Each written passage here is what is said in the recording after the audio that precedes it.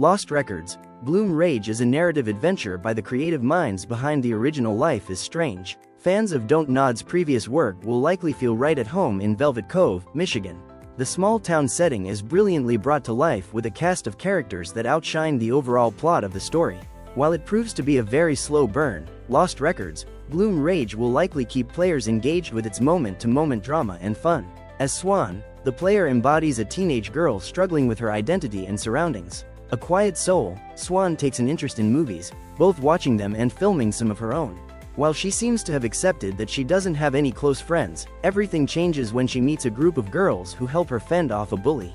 It's this chance moment of fate that changes her entire life. The plot holds back the characters. In 2022, Swan is brought back to the town where she spent her teenage years, but more specifically, 1995.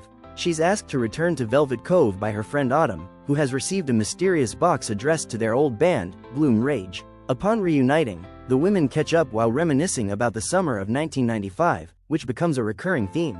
While the old friends remember their promise to never see one another again, they're foggy about the details of what happened that summer. As they retrace their steps, the player sees the world from Swan's perspective and skips between the present and the past. Swan, Nora, Autumn, and Kat prove to be a dynamic group of misfits many fans will likely identify with. Each girl manages to bring something special to the table, which turns out to be the real magic of Lost Records, Bloom Rage. Swan is a nerdy loner who tragically connects with a group of peers mere months before she's supposed to move to Canada.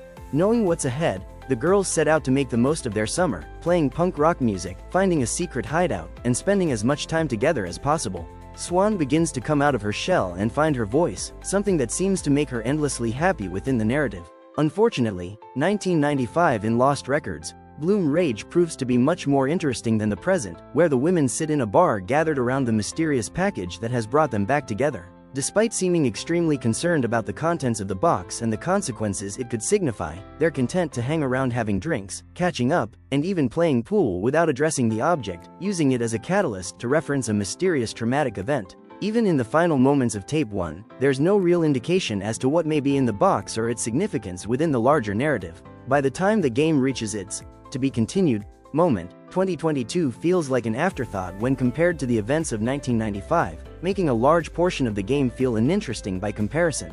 It's a lopsided experience that doesn't justify itself by the time the first set of credits roll. Collectibles make the world feel alive. Fortunately, the world manages to feel just as rich as its characters. References to a bygone time are scattered everywhere, and it's likely to be a nostalgic delight for anyone familiar with the era. Collectibles are seamlessly integrated into the game, which proved to be an incredibly rewarding experience.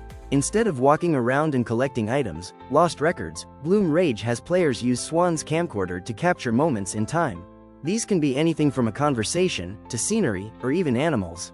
It's a joy to walk around the world, soaking in the details and basking in the sounds. Lost Records, Bloom Rage is likely best experienced with a headset or in a quiet setting.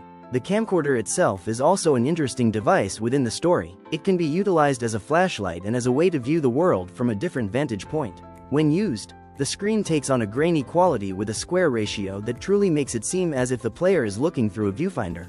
If played on PlayStation 5, the DualSense controller even has some motion functionality that allows gamers to manipulate the camera in a unique way. The camcorder gives fans the ability to truly step into the shoes of Swan, experiencing the world through her eyes. Its inclusion by Don't Nod is one of the most satisfying parts of the game. The supernatural isn't so super. Something is amiss within Velvet Cove, but Lost Records, Bloom Rage doesn't seem to want players in on the secret. At first, it might be easy to question if the supernatural events are truly just the girls' overactive imaginations. However, some truly strange things happen that demand more explanation. This is one of the areas where Lost Records, Bloom Rage becomes more frustrating than fun, as the secret feels overly teased. There are no breadcrumbs for the player to follow in their search for answers, and it leads to the feeling that the characters have a secret they won't divulge, despite the fact that the player is living in Swan's shoes.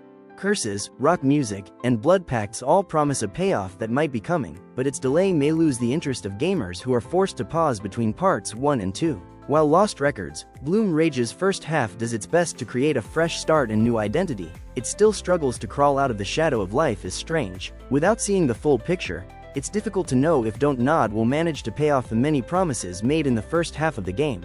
Branching choices have yet to feel significant, and dialogue options don't feel like they have true consequences. Ultimately, Lost Records, Bloom Rage proves to be an uneven experience where the characters are more interesting than the plot. With a final twist that doesn't feel earned and fails to illuminate the game's greater mystery, it's hard to imagine players eagerly awaiting the second half of the story when it arrives on April 15th. However, it's still possible that the remainder of the title could continue building its wonderful characters and make the juice worth the squeeze. Give Lost Records, Bloom Rage, Tape 1, a 7/10.